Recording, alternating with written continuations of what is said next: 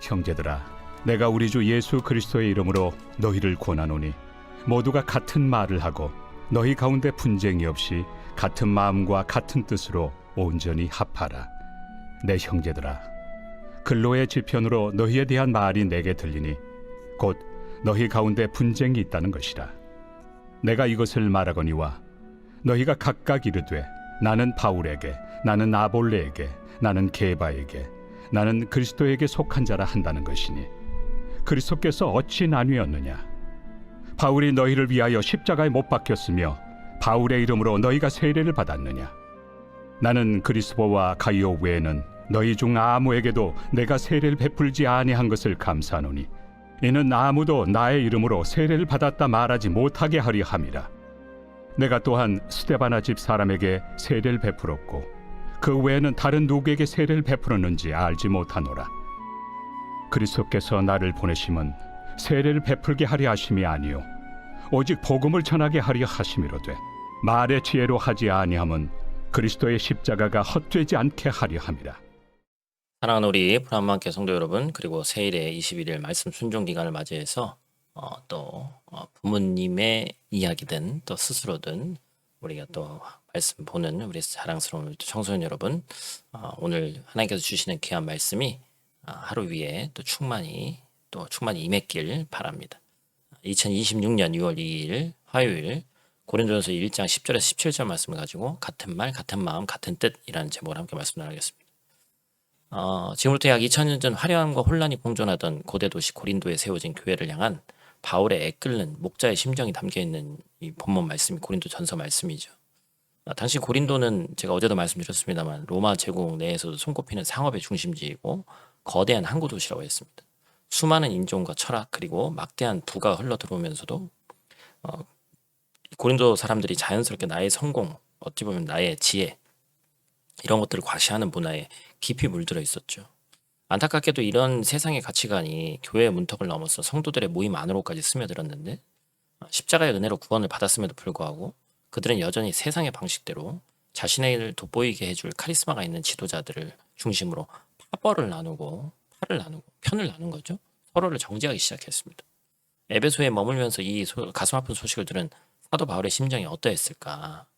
자신이 눈물로 복음의 씨를 뿌리고 길러낸 영적 자녀들이 생명을 살리는 복음 안에서 하나 되지 못하고 오히려 서로의 가슴에 상처를 내며 갈라져 있다는 소식은 바울의 뼈를 깎는 듯한 고통이었을 거예요.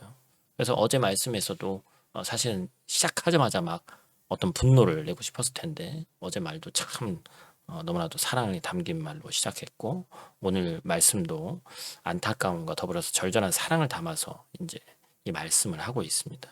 오늘 우리는 이 바울의 서신을 통해서 우리가 또 이민 사회라는 이 척박하고 분주한 환경 속에서 우리가 살아가는데 매일의 치열한 삶의 현장에서 우리가 진정으로 붙들어야 할 영적 본질이 무엇인지를 깊이 되새겨보는 귀하고 복된 오늘 아침 되기를 또 각자의 시간 되기를 간절히 축복합니다. 첫 번째로 우리가 기도할 것은 봐야 될 것은 다양성 안의 일치입니다. 10절 말씀, 형제들아 내가 우리 주 예수 그리스도의 이름으로 너희를 권하노니 모두가 같은 말을 하고 너희 가운데 분쟁이 없이 같은 마음과 같은 뜻으로 온전히 합하라. 바울이 고린도 교회를 향한 첫 번째 권면으로 온전한 합심을 구합니다. 여기서 같은 말, 같은 마음, 같은 뜻이라는 이 표현을 오해해서는 안 돼요. 마치 무슨 공산주의 사회처럼 군대식의 획일적인 방식을 강요하는 것이 아닙니다. 마치 웅장한 교향곡을 연주하는 오케스트라와 같은데 바이올린, 첼로, 플룻, 팀파니 등 각각 자기 악기들이 고유한 소리를 내지만 완벽한 하모니가 탄생하는 것 같은 똑같은 일치죠.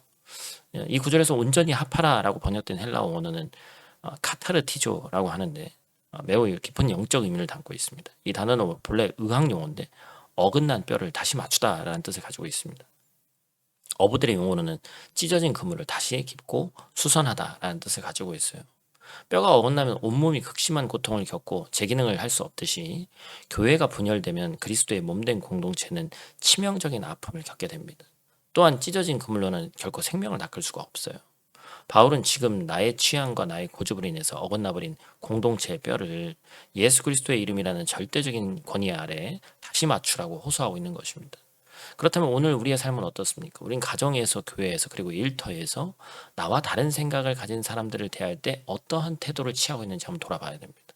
상대방을 나의 틀에 맞추려고 억지로 끌어당기면서 또 다른 분쟁을 만들어내고 있는 건지, 진정한 합심은 상대를 나와 똑같은 일 만드는 것이 아니라 나와 상대방 모두가 예수 그리스도의 마음이라는 공통의 목적지를 향해서 함께 시선을 맞출 때 비로소 이루어진다는 사실을 결코 잊지 않는 저 여러분들 되시기를 간절히 축복합니다. 두 번째로 기억할 것은 오직 십자가입니다. 12절 13절 말씀, 내가 이것을 말하거니와 너희가 각각 이르되 나는 바울에게, 나는 아볼로에게, 나는 게바에게, 나는 그리스도에게 속한 자라 한다는 것이니 그리스도께서 어찌 나뉘었느냐? 바울이 너희를 위하여 십자가에 못 박혔으며 바울의 이름으로 너희가 세례를 받았느냐? 파가 나눠졌죠. 크게 네 개입니다. 교회를 개척한 영적 아버지 바울파, 탁월한 수사학과 지성으로 성경을 풀어낸 아볼로파, 예수님의 수제자라는 정통성을 지닌 이 베드로 게바죠. 그리고 이도저도 아닌 자신들만이 진짜라며 교만에 빠진 그리스도파가 그것이었습니다. 겉으로는 훌륭한 신앙의 지도자들을 따르는 열심처럼 보였지만 그 이면에는 자신이 선호하는 지도자의 명성을 내세워서 자신의 이권과 영향력을 과시하고 다른 이들을 교회 내에서 무시하고 좋은 위치를 차지하려는 교만이 자리 잡고 있었죠. 영적인 껍데기를 뒤집어쓴 어떤 세속적 권력 투쟁이었습니다. 이러한 현상은 지도자들이 전한 복음의 본질인 예수 그리스도의 십자가를 잃어버리고 복음을 전하는 통로인 사람에게 집착했기 때문에 발생했습니다.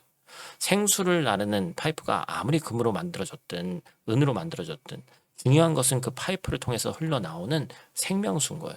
그런데 고린도 성도들은 생명수이신 예수님보다 파이프의 모양과 재질을 두고 다툰 것이죠. 바울과 아볼로 그리고 베들로는 단지 주님의 일꾼이고 복음의 통로에 불과했습니다.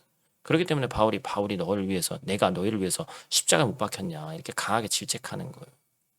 어떤 군더더기 없이 선명하게 오직 예수 그리스도의 십자가만을 가르치고 있는 것인데 자꾸 다른 것을 만들어내는 것이죠. 특별히 우리가 지금 세일에 말씀 순종 기간을 나누고 있는데 우리 청소년 여러분, 세상 친구들이 자신이 좋아하는 연예인이나 인플루언서를 두고 서로 누가 낫다며 다투는 모습을 본 적이 있을 것입니다. 저도 그랬던 기억이 있는 것 같아요. 그런데 우리는 교회 안에서 그리고 우리의 마음속에는 오직 예수 그리스도 한 분만이 우리의 진정한 자랑이자 영적 스타가 되셔야 되는 줄 믿습니다. 신앙의 연수나 직분이나 내가 선호하는 예배의 스타일이 나를 증명하는 훈장이 될 수 없다라는 거예요. 오직 나를 위해 십자가에서 피 흘리신 예수님의 사랑만이 우리의 유일한 자랑이 되어야 되는 줄로 믿습니다. 사랑하는 성도 여러분, 참된 신앙은 나의 옳음을 증명하기 위해서 목소리를 높이는 것이 아니라 우리의 화평을 위해 기꺼이 십자가 아래로 나의 권리를 내려놓는 것입니다. 인기 있는 설교자나 나와 코드가 맞는 사람들끼리만 모여서 영적 만족을 누리려는 오만에서 벗어나야 됩니다. 우리 공동체가 참된 한마음 교회가 되기 위해서는 이름 그대로 오직 예수 그리스도를 향한 한마음을 품어야 됩니다. 오늘 하루 내 안에 숨은 동기가 무엇인지 가만히 돌아보고 또 나와 다른 이들을 넉넉히 품어내는 십자가의 은혜를 구하시고 찢어진 그물을 깁고 어긋난 뼈를 맞추시는 성령님의 치유하심이 우리 모든 가정과 교회 위에 또 여러분들의 사업과 직장 또 학교 위에 임하기를 간절히 축복합니다. 오늘 말씀을 가지고 한번 1분 역지사지, 우리 청소년들에게 좀 어려운 말인데 내 입장에서 다른 사람의 입장이 되어서 모든 것을 생각해 보자는 거예요. 나와 의견이 부딪히거나 마음이 불편했던 사람이 있는데 잠시 멈춰서서 정확히 1분 동안 그 사람의 입장에 한번 되어보시고 그리고 스마트폰 메모장이나 또 그 사람의 긍정적인 장점 한 가지, 맨날 삐딱하게 보면 한도 끝도 없어요. 그죠? 우리가 의도적으로 장점을 찾아보면서 한번 우리의 생각과 관점을 바꾸는 훈련을 해보시기를 간절히 바랍니다. 우리 다 같이 있는 자리에서 함께 기도하고 말씀하겠습니다. 우리의 화평이 되시며 찢어진 마음을 온전케 깨매주시는 사랑의 주님, 오늘 아침 고린도 교회를 향한 바울의 애통한 호소를 통해서 우리 완악한 마음을 비춰주시니 감사를 드립니다. 우리는 입술로는 예수님의 이름을 부르면서도 실제 삶에서는 나의 고집과 편견, 내가 선호하는 방식을 고집했고 사랑하는 형제 자매들의 마음에 생채기를 낼 때가 많이 있었음을 이 시간 고백합니다. 이 시간 주님의 십자가 보혈 우리 영적 교만함을 씻어주시고 특별히 세일의 21일 말씀 순종 기간을 갖고 있는 우리 자녀들의 심령에 오직 예수 그리스도만이 유일한 자랑되게 하시고 부모 세대와 자녀 세대가 십자가 안에서 한마음 한뜻으로 온전히 연합하는 기적이 우리 공동체에 있게 하여 주시옵소서. 오늘 하루도 우리를 하나 되게 하시는 또한 지휘자 되신 예수님만 바라보며 아름다운 삶의 하모니를 올려드리기에 소망하오니 우리를 도와 주시옵소서. 우리를 죄에서 구하신 예수님 귀하신 이름으로 간절히 기도드립니다. 아멘.